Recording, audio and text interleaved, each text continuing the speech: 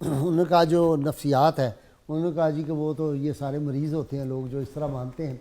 Lord ڈیننگ جو England کے، ان کو پتہ ہوگا ڈاکٹر مشرق کے، وہ بہت بڑے جج تھے، ان کی کمال کی کتابیں۔ اس نے اپنی ریٹائرمنٹ کے بعد لکھا کہ میں جب جوان تھا تو ہم کہتے تھے کہ مذہب کی کوئی ضرورت نہیں، اب میں اس سٹیج پہ جب پہنچا ہوں تو میں نے ریئلائز کیا دنیا میں کسی قانون کا احترام نہیں ہو سکتا جس کے پیچھے کوئی اخلاقی قوت نہ ہو، اور کہیں بھی اخلاقی قوت نہیں ہو سکتی جس کے پیچھے کسی مذہب کی قوت نہ ہو۔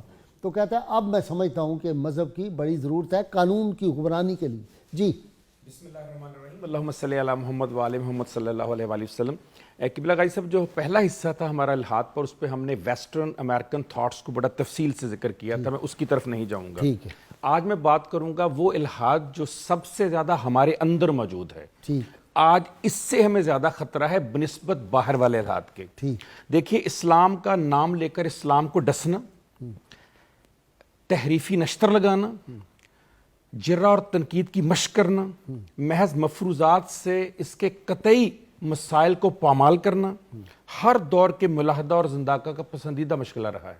ٹھیک، آپ دیکھ لیں کہ پہلی صدی کے خوارج ہوں یا بعد کے باطنیہ ہوں، آپ دیکھ لیں تیسری صدی کے صحابہ العدل و توحید ہوں یا دور حاضر کے ارباب فکر و نظر ہوں، میں ارباب فکر و نظر کو قوموں میں بیان کر رہا ہوں، دوسری صدی کے ابن المقفع ہوں یا 14ویں صدی کا اسلم جراجپوری ہو، آپ دیکھ لیں کہ اکبری دور کے ابو الفضل ہوں یا فیضی ہوں، اور آج کے دانشور اور انٹل کچول ہوں، سب کا مشترک مقصد، مشترک نقطہ نظر اور مشترک سرمایہ صرف ایک ہے: اسلام کی چار دیواری میں شگاف ڈالنا، رکھنا ڈالنا۔ یہ سب اس کام کے لیے اکٹھے ہو گئے ہیں۔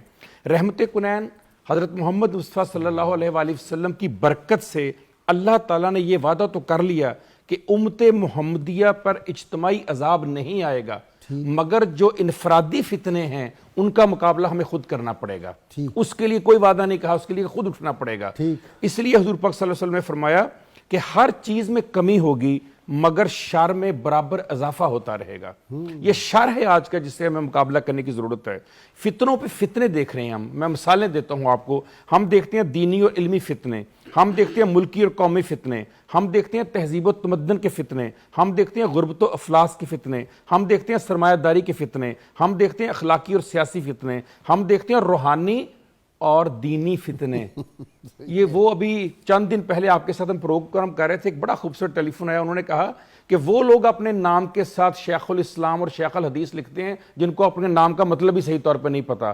تو یہ ہیں وہ دینی اور روحانی فتنے جنہوں نے اسلام کے اندر رخنہ ڈالنے کی، شگاف ڈالنے کی بھرپور کوششیں کر رہے ہیں۔ ہمیں اس سے بچنے کی ضرورت ہے۔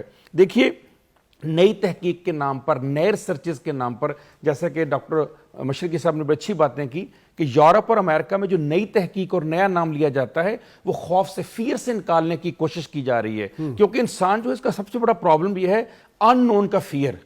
جو چیز اسے ان نون کے فیئر سے نکالتی ہے وہ نفسیاتی طور پر اس کی طرف زیادہ اٹریکٹ ہو جاتا ہے، جبکہ دیکھا جائے تو جو ان نون کا فیئر ہے وہی تو دراصل ہمیں یہ کہتا ہے کہ ہم کوئی ایسا کام نہ کریں جس سے کل ہمارے سب سے زیادہ بچت ہماری اس میں ہے جسے سب سے زیادہ اپنے لیے نقصان دہ سمجھ رہے ہیں، انڈیویجولی بھی اور کلیکٹیولی بھی۔ پھر آپ دیکھیں جو سب سے خطرناک اس وقت اس پوری دنیا میں جو فتنہ یا الحاد ہے وہ ایمان سوز ہے، جو آپ کی متاع ایمان لٹ جائے، جس میں جو سب سے قیمتی ہے۔ ایک صاحب ہے جو باہر ملک میں بیٹھ کر فتنے پھیلا رہے ہیں پاکستان میں اور مذہب کے نام پر پھیلا رہے ہیں، ان کی میں سن رہا تھا ابھی اس پروگرام کے لیے، وہ کہتے ہیں قرآن فہمی کے لیے صرف عربی دانی کی ضرورت ہے، اس کے لیے اور کچھ نہیں چاہیے۔ پھر وہ فرماتے ہیں کہ فطرت اور عقل انسانی کو شریعت پر ترجیح دینی چاہیے۔ پھر وہ فرماتے ہیں کہ سنت ابراہیمی ہے، وہ سنت دین جو ہے وہ ابراہیم روایت کی، دین ابراہیمی کی صرف روایت ہے، اس میں نبی صلی اللہ علیہ وسلم کی سنت کی ضرورت نہیں ہے۔ وہ خود بہت بڑے عالم اپنے آپ کو کہتے ہیں۔ یہ ہیں آج کے بڑے فتنے۔ اب سوال یہ نہیں ہے کہ فتنے کیا ہیں، سوال سب سے بڑا آج یہ ہے، آپ نے بات کی تھی، فہد کاظمی صاحب کی یونیورسٹی پڑھاتے ہیں، میں بھی کالج پڑھاتا ہوں، کہ ان بچوں کو بچانا کس طرح سے ہے، ان کے سامنے ہیروز کون سے لے کے آنے ہیں، سلیبس کون سا دینا ہے، تربیت کون سی دینی ہے، میڈیا کون سا دکھانا ہے، کتابیں کون سی لکھنی ہیں۔ مجھے بتائیے پچھلے 10 سال میں آپ نے الحاد کے اوپر کتنی اچھی کتابیں پڑھی ہیں جو لکھی گئی ہوں اس فتنے کو، مجھے بتائیے کتنے پروگرام آپ نے میڈیا پہ کتنے پروگرام دیکھے ہیں؟ پہلا پروگرام آپ نے اخبارات میں کتنے کالم پڑھے ہیں الحاد کے حوالے سے؟ تو سوال یہ ہے کہ میں اپنی نسل کو بچا کیسے رہا ہوں؟ اکابرین کی کیا میں سنت بتا رہا ہوں ان کو؟ کیا میں محمد والے محمد کی سنت بتا رہا ہوں ان کو؟ کیا میں صحابہ کرام کا ان تک پیغام پہنچا رہا ہوں؟ کیا میں اپنے گھروں کو، اپنے معاشروں کو، اپنے اداروں کو، اپنے مدرسوں کو کیا الحاد کی ان صورتوں سے دور رکھنے کی کاوش کر رہا ہوں؟ تو اس لیے ہمیں آج بہت ضرورت ہے کہ اس جیسے پروگرام جیسے آپ نے کیا ہے اور جیسی گفتگو ہم کرتے ہیں اس پروگرام میں، ہمارے ماہرین یہ لوگ اخبارات میں بھی لکھیں۔ میں آپ کے توسط سے کہنا چاہوں گا کہ جتنے لوگ ہم یہاں بیٹھے ہوتے ہیں، ہم 5 سے 6 منٹ کی گفتگو ایک بندہ کر رہا ہوتا ہے، یہ ایک کالم کے لیے کافی ہے۔ اپنے ہی پروگرام کے اوپر اگر آپ کالم لکھ کر اور کہیں نہیں پبلش کر سکتے، ہمارے کالجوں یونیورسٹیوں کے میگزین ہوتے ہیں یا ہمارا منتھلی جو ہوتا ہے وہ خبرنامہ ہوتا ہے، اس میں شامل کریں تاکہ بچے جو ہیں اس کو پڑھیں۔ انٹرنیٹ کے اوپر جب ہم اس پر سرچ کرنے جاتے ہیں تو ہم دیکھتے ہیں کہ الحادی بنانے والے ادارے تو موجود ہیں۔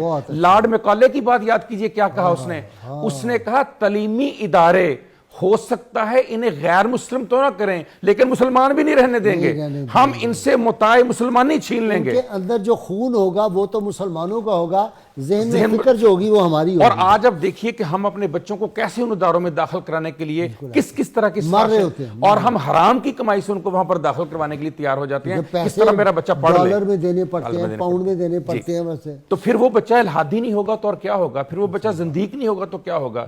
پھر وہ بچہ کیوں نہیں پوچھے گا یہ محمد جو تھے وہ کون تھے اور کب آئے تھے؟ ان کو میٹرک کرنے کے بعد فرسٹ ایئر میں داخلے کے موقع پر جب پوچھا گیا ہمارے آخری نبی کا نام کیا تھا تو میں وہ نام نہیں لینا چاہتا جو انہوں نے بیان کیا، آپ حیران ہو جائیں گے کیونکہ انہوں نے پڑھا ہی ہوتا ہے، وہاں پر ان کو پڑھایا ہی جاتا ہے۔